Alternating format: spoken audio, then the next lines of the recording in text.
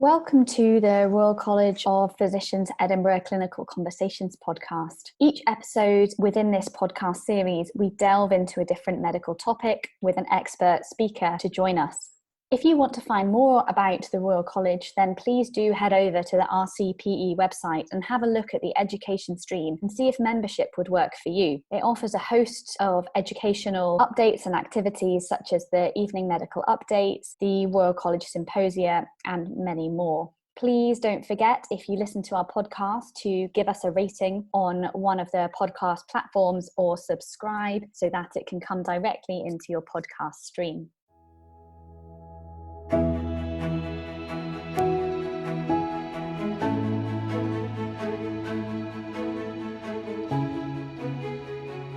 Welcome to today's episode in our Clinical Conversations podcast for the Royal College of Edinburgh podcast series. Today, we are lucky to have Dr Euan Sandilands with us to talk about hyperthermic toxidromes. Dr Sandilands is a consultant in clinical toxicology and acute and general medicine at Edinburgh Royal Infirmary. In 2012, he became a consultant with the National Poisons Information Service and took the role of director in 2016. He's also actively involved in medical education within the University of Edinburgh. So thank you so much for coming on today's podcast and chatting through this for our trainees to listen to. I guess in the first instance, what made you become interested and get into clinical toxicology? Thank you very much for inviting me to join today. I think it goes back to an interest in pharmacology when I was an undergraduate, and I was always interested in that sort of aspect, the kind of drug aspect, the pharmacology aspect, and the physiology aspect as I was going through training. And rather than being involved in an organ-based specialty, I liked the fact the pharmacology was kind of fluid throughout all specialties and just a general interest in drugs. I would say not for personal use, but more for the education and the use and the safe use around drugs. And then, of course, the kind of add-on to that is the adverse effects and the unsafe use of drugs. And that's kind of how I got into toxicology in the first place. I've really enjoyed my time in tox. And I think now, when I look back, I think actually tox is kind of important for every specialty. And so a knowledge of drugs, their safe use and their adverse effects is so important for whichever specialty you go into and for your future kind of safe management of patients. Absolutely. No, I think that's really important. And as a trainee, as a foundation year, IMT, specialty registrar, you're going to come across these problems the whole time on your day-to-day wards or acute take or on calls. So today's topic is talking about hyperthermic toxidromes. Can you let the listeners know exactly kind of what that means? Yeah, so I mean, traditionally, toxicology was taught very much, certainly when I was learning, it was taught about, you basically went through every individual drug and these were the effects you would see. Obviously, with the explosion of particularly recreational drugs that are available on the street nowadays, you don't often know what patients will have taken. That may be because they are unconscious and unable to tell you, or it may be because they don't want to tell you, or you just may not have any history at all. So teaching is switched really from recognizing specific drug effects to recognizing what we call toxidromes. And so a toxidrome is a constellation of symptoms or signs that would go together to try and tell you or give you clues to what family of drugs may be involved. So when I'm teaching a lot of students, medical students, they often say they've never heard of toxidromes before, but actually everybody's heard of toxidrome because everybody's very familiar with the most obvious ones like the opioid toxidrome, which of course is, pinpoint pupils, hypotension, respiratory depression, which is a toxidrome. So that's the opioid toxidrome. So nowadays we teach very much along the view of toxidromes to try and give broad brushstrokes to management as opposed to drug-specific management. So the hyperpyrexial toxidromes, so temperature would generally be associated with the sympathomimetic agents or the serotonergic agents. And by that, generally think of stimulant type drugs. So the amphetamine-based drugs like ecstasy, which is obviously one of the heaviest use recreationally drugs today. And generally speaking, any drug that's associated with a temperature is associated with a bad prognosis. So temperature is often thought of the worst prognostic indicator. So while I accept that a lot of our patients may have a temperature because they have a sepsis from an aspiration pneumonia or something like that, generally speaking, if a patient who's been exposed to drugs has a temperature, it's probably the drugs that are doing it And if it is a drug-related temperature, the prognosis is poor. It's poorer than without the temperature. And we need to try and get that temperature down as quickly as possible. So if you come across a patient, say you're clerking someone in or on the ward, and you think they have either ingested some drugs or they're acting bizarrely, they've got an altered mental state, how do you go about, obviously we approach the patient in our A to E manner, but how do you go about assessing the patient and working out what to do and where to go? So obviously always adopt the ATE assessment, but generally speaking, the patients that will have ingested the stimulant agents may be quite apparent from their behaviour, as you've suggested. They might have agitated behaviour or whatever. Often with these patients, though, they can seem quite agitated when they first come in and then have a significant drop in their GCS. So that's not an uncommon pattern whereby they're quite stimulated and agitated initially, and then they just become more unconscious. Generally, you would go through everything as you would normally do for any other patient, bearing in mind things like hypoglycemia and metabolic disturbances are quite common in these types of patients. So be sure to make sure that the blood sugar, for example, is okay. If you detect a temperature, then clearly a temperature of any sort should be investigated in the normal way. But you would do that anyway with these types of patients. You would obviously have got a chest x-ray and you're going to do some bloods. The things to look out for generally with this group of patients are things that point you towards serotonergic toxicity, which is associated with the greatest morbidity and mortality. And the easiest way to think of that is the classic triad of three things. So with that, we have autonomic instability. And so that's what I'm talking about is the temperature. So the autonomic instability is the high temperature. We have altered mental state. And as you given your example, that's already, they're either agitated or they're, reduced GCS. That is an altered mental state. So that's 2 out of the 3. And then the last one is hyperreactivity or hypertonicity. So they often are quite jerky or have a lot of myoclonus. And the most hard clinical sign that you can test for, that I often test for in all these patients, is clonus. And that's more obvious the more peripheral you go. So if you think of the analogy of a dog wagging its tail, it sounds a bit strange, but bear with me. If the dog wags its tail, the tail is wagging the most at the tip of the tail, right at the very end. So if you think of that in the human, you just go straight to their ankles and flick their ankles. And if you get 3 or 4 beats of clonus would be considered normal. If someone is prescribed a serotonergic drug like an SSRI, they might have a few more beats of clonus. The patients that you're talking about in your example that are potentially at risk of serotonergic toxicity will have sustained clonus. So if you flick the ankle and it just keeps jerking, that is quite a hard sign for serotonergic toxicity. Traditionally, we've talked of serotonin syndrome. You'll have picked up that I'm talking about serotonergic toxicity. That's just a slight change in the lingo. It's all the same thing. Serotonin syndrome, serotonin toxicity, it's all the same thing. But the classic 3 things are temperature, clonus, and an alteration in your GCS. So those are the 3 things I would look for when you're assessing the patient, bearing in mind all the usual stuff that you do, like a chest x-ray, like looking for low blood sugar, and a normal cardiovascular respiratory abdominal examination. But those are the 3 key points that I would pick up on. So let's carry forward this serotonergic toxic patient that is in our acute medical bay. They've come in, they're a little bit agitated, but manageable. They do have a temperature and they do have evidence of clonus. We have taken some bloods off, they've got a chest x-ray, someone's just going to get an ECG. Is there anything particular that we should be looking for on this ECG? ECGs are obviously very important for all these types of drugs. It's very difficult to give you a specific example for which type of drug you should be worried about which ECG. The thing that we're often told as toxicologists is as soon as you find it's a poisoned patient, all anybody wants to tell us about is the QT interval. People really focus on the QT interval. And I understand that there's been a lot of education around QT prolongation in drugs. What my kind of take-home message would be, I suppose, is that not all drugs cause QT prolongation, and don't get fixated on that at the exclusion of other potential abnormalities. Clearly, the most common abnormality in any of these patients is simply sinus tachycardia. And that's all you might get. It might just be very, very fast with the classic kind of serotonergic drugs. The SSRI type drugs like fluoxetine, paroxetine, citalopram, those types of drugs, they are all associated with QT prolongation. So yes, absolutely, there might be QT prolongation. So I'm not saying don't look out for it. All I'm saying is don't completely focus on it. If you take the other aspect of another recreational drug, for instance, a very common one, cocaine is highly associated with, or is associated, with QRS prolongation rather than QT prolongation. So there are different abnormalities depending on the type of drug.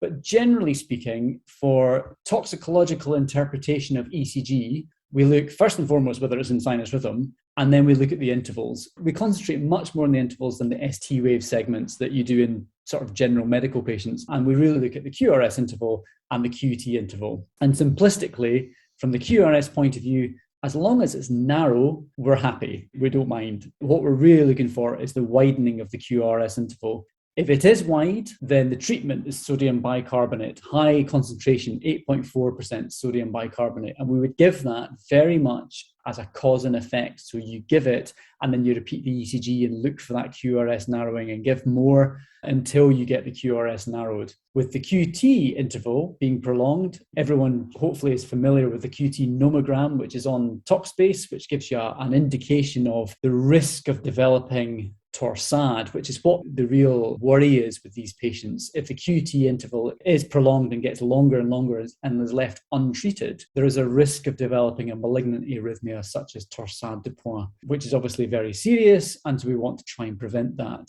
If you do an ECG and you detect QT prolongation and you map it against the nomogram on Talkspace and it's in the high risk area, then the treatment is magnesium sulfate. For ease of remembrance, it's the same dose as you give an asthmatic in the same sort of way, and you just give that, and that is cardioprotective. So it helps to prevent the patient developing torsade. But the biggest mistake that people often make with it is don't then do an ECG and expect the QT to be normal. It's not going to necessarily normalize the QT interval like the QRS bicarb story, but it will help to protect the patient. So simplistically, we look at the rate and then the QT and the QRS intervals in the way that I've suggested. And different drugs, that's where it's slightly tricky because a knowledge of different drugs will cause different effects. But the easiest thing is if you have a vague idea of the drug to look that up on Talkspace, but generally speaking, look at the QRS and the QT intervals. Yeah, great. I was going to say Talkspace is a really useful tool if you know what they've potentially taken or the kind of broader category, because the information on there is really in depth. So you can just print it all out and then run through it in a really logical way. And just on that note, as a brief interlude, you can always get free access to Talkspace using an NHS email account, even if you're in a hospital that is not on the desktop. You can register yourself for free with your NHS email account and indeed get the app on your personal phone, again for free with your NHS email account. Excellent. That's a really good tip for anyone that doesn't have it on their phone or computer already. And how can we lower this temperature? Because they're often really high temperatures, aren't they, that the patients have? Yeah, absolutely. And the higher they are, the worse the prognosis. So the main focus, as I say, should be on lowering that temperature. Treatment-wise, toxicology in general is a relatively evidence-free zone. There's not a lot of, a lot of it's based on case reports and based on experience of previous incidents with patients. And so there's limited treatment options, I would have to say, that we have, but we do have some treatment options. So first and foremost is simplistic, obvious things like trying to cool the patient in a physical way. So ice, cooled fluids, intravascular cooling, that kind of thing. Clearly, that's not going to happen on a normal acute admissions ward. So to go back to your scenario that you presented at the start, if you're finding this patient in an acute admissions unit and they have a temperature of 39 in the context of drugs and potential serotonin toxicity, that is an absolute indication for a critical care referral. So everything that I'm about to say after this point for the treatment of these patients is assuming they're already in critical care. It's simply by establishing the facts that you've got a hyperparexial tox patient actually means you should be making that referral. So get them up to critical care. As I say, the physical, the obvious, cool fluids, fans, ice, trying to cool the patient. Benzodiazepines actually are the drug with the most evidence behind them for use in these patients. And obviously benzodiazepines have some great effects in terms of reducing agitation, reducing tachycardia, they will reduce the blood pressure, and just generally allowing you to manage the patient in a safe and effective manner. Interestingly, there's animal studies to show that benzodiazepines can independently reduce temperature in animal models of serotonin toxicity. And so we would advise all of these patients to go to be heavy use of benzodiazepines, such as midazolam infusion, for instance, when they're up in critical care. It goes without saying, obviously, to stop all potentially exacerbating drugs. Now, if the patient's taking a street drug in the community then obviously, hopefully they're not going to be taking any more of that in hospital. But clearly you want to stop any therapeutic agents that potentially might potentiate serotonin toxicity, or indeed not start any more. Now, the reason I say that is that often patients that go to critical care end up on, for example, fentanyl within their ICU management. And fentanyl is associated with serotonin syndrome. So you often get these patients who you're treating, and actually you're treating, but also making the picture worse as well by starting on a drug that could potentially exacerbate the clinical picture. So it's important not to start anything else. So we would stop everything and put them on, for example, a morphine and midazolam infusion to try and control the temperature and bring that down, and using all the physical cooling methods that we can as well. A couple of other potential treatments that are worth considering. There's a drug called cyproheptadine, which is a 5-HT2 antagonist. So serotonin antagonist. So logic would tell you that given the problem with serotonin overdrive, if you give a patient a serotonin antagonist, then that would have a beneficial effect. It does have some reasonable evidence behind it. I wouldn't say it's the be-all and end-all. It's often quite a difficult drug to locate. It's used more commonly for migraine and things like that. The slight problem with it, it's only available orally. And obviously these patients are more often than not intubated. And so would normally give it via an NG tube. But it doesn't really have any significant adverse effects. So we'd often add this drug in to the mix in terms of the management. So patients will often end up being cooled, aggressively cooled, be on a midazolam infusion, and have cyproheptadine as well. And then one final drug I would like to mention is chlorpromazine. So chlorpromazine does have some evidence behind it. It's a serotonin antagonist as well. So, in theory, it would work in the same way. Unfortunately, it works on a whole load of other receptors as well, meaning it's got a number of adverse effects. And one of its main difficulties is that it causes quite significant hypotension, particularly when it's administered intravenously. So the advantage over cyproheptadine in this case is there is an IV preparation of chlorpromazine that we can give these patients, but these patients already have quite a labile blood pressure, and so we're reluctant to give anything that might potentially drop their blood pressure, and that often precludes the use of chlorpromazine. So really that's kind of it. That's the treatment options that we have. So the ones that the best evidence behind them are the active cooling, like the ice and the cooled fluid and intravascular cooling, and benzodiazepines. And then really, other than that, it's best supportive care. So treating any potential complications that might happen. So the common complications in these sorts of patients are obviously acute kidney injury, which unfortunately is very common, rhabdomyolysis associated with that because of all the muscle hyperactivity. And then potentially, if they're very, very sick from an uncontrolled hyperpyrexia for some time, they can essentially develop multi-organ failure, cardiovascular, liver, and renal failure as a result primarily of the temperature. And lots of studies have shown that if we can get the temperature down quickly, then we can hopefully prevent any of those secondary effects. One thing I probably will just mention just right at the very end, because it's a question we often get asked about, is dantrolene. And dantrolene obviously has a lot of evidence for malignant hyperthermia in the anaesthetic world, and from a sort of mechanistic point of view, there's no reason why this would work. It's sometimes given in a kind of last-ditch effort because patients are just so sick, and if they have a very, very high temperature, the evidence is a bit up in the air. There's some case reports that would suggest it has some beneficial effect. There's other case reports that suggest it doesn't have any effect at all. In theory, there's no mechanistic reason why it should work, but it has been given in the past when all other options have been exhausted. Great, that's really interesting. And are there any cases where if the patients have come in and they've been in the ward for a while and they develop a kind of hyperthermic toxidrome, are there any drugs that we need to look for that might have been prescribed during their stay rather than the kind of acute, they've taken something and then come in? Is there anything that can develop whilst they're in as an inpatient? Yeah, so if they come in and they seem relatively stable initially and then develop it further down the line, the next day, for example, if their temperature starts going up, I would probably suggest that tends to be more pointing towards the septic rule rather than the drugs. If it is a drug-related temperature, it's going to be there on presentation and it's going to be there straight away, because let's face it, when the patient takes the drug, from that point onwards, the drug is going to be reducing. So it's very unusual for someone to be relatively okay and then start developing all these symptoms. That's far more consistent with the sepsis type picture. The one thing I would say is that tox patients often have a high white count for a number of reasons, whether that's because they might have an underlying sepsis or it's whether because they might have had a seizure or, a period of hyperactivity. The drug-related temperatures are not normally associated with high CRP, for example. So if they have a CRP of 200 and a temperature, it's far more likely to be sepsis than it is likely to be the drugs. But if they have a CRP of 10 or 20 and a high temperature, and both of these scenarios, they might have a white count of 19. So the white count I would tend to just slightly take with a pinch of salt, but the inflammatory markers are more likely to be up with the sepsis, whereas the temperature is much more likely to be up with drugs right at the very, very start. And as time goes on, the chances are less and less. The other thing on that note that I just remembered that I perhaps should have said right at the start is some of the old textbooks and things still say that the classic presentation of serotonin syndrome is when you're exposed to 2 or more drugs that affect the serotonin system. That's not always quite as obvious or as apparent as like a textbook would make it seem really obvious. It's not always like that. Sometimes there are some cases where you can get serotonin syndrome with only one apparent drug. Other times it might be, for instance, the patient is prescribed one drug, such as fluoxetine, and then goes and takes a recreational drug on top of that. And that's the 2 serotonergic drugs. So don't necessarily think there must be 2 or more drugs, otherwise this is not serotonin syndrome. It doesn't quite work like that.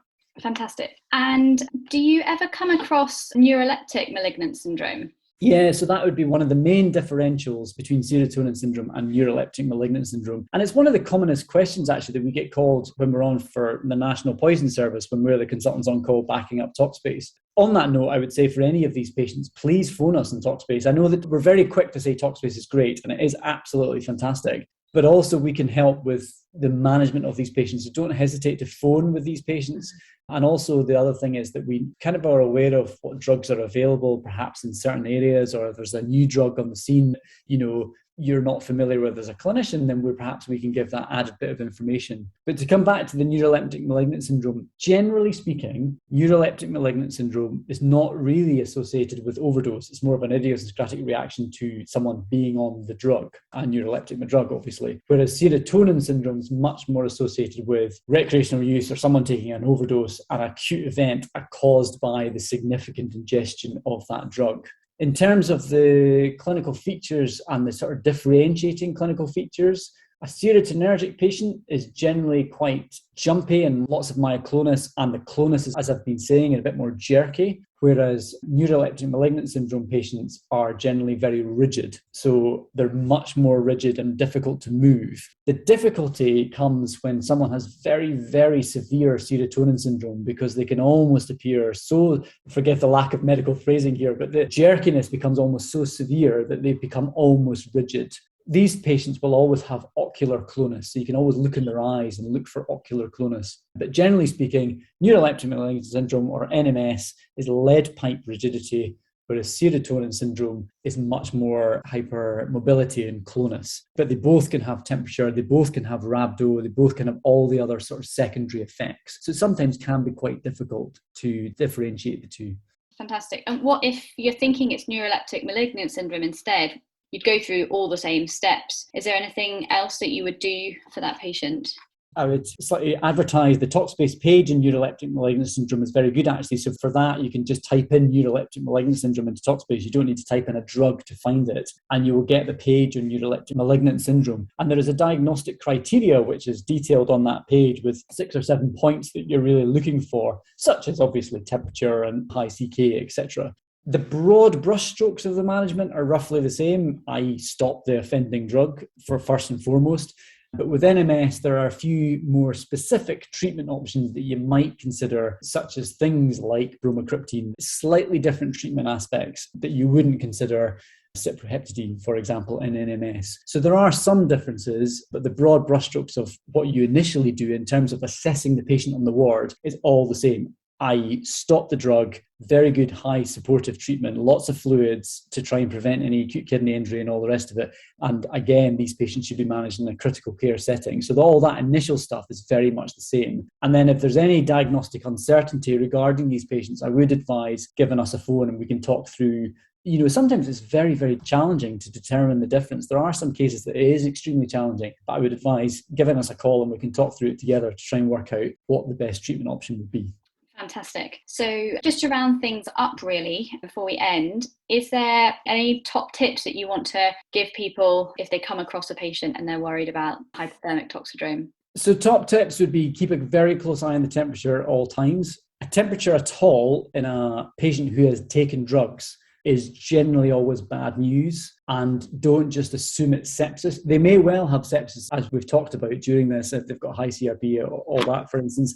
But I'd be very worried about a patient with a temperature, and we should be looking to try and get the temperature down as quickly as possible. A quick note about tox screens. Tox screens can be helpful down the line, but as you probably know, they take a couple of days to come back. So they're not going to change your initial management, but we do find them to be quite helpful in the overall management of the patient and can have some positive things to add to the management a couple of days down. But so by all means, send a tox screen, but it's not going to change your actual management. Key things are involve critical care very early, even if their temperature doesn't appear to be that high. If it's just over 38, it may be significantly on the way up. Check it regularly. Benzodiazepines are the toxicologist's favourite drug. Always give a little bit of benzodiazepines, and you may need increasing doses of benzodiazepines. And if the temperature continues to rise, then they need active cooling and transfer to critical care. Wonderful. Well, thank you so much, Dr. Sandilands, for coming on today's podcast. And I'm sure our listeners will really appreciate that chat. So thank you. Thank you very much.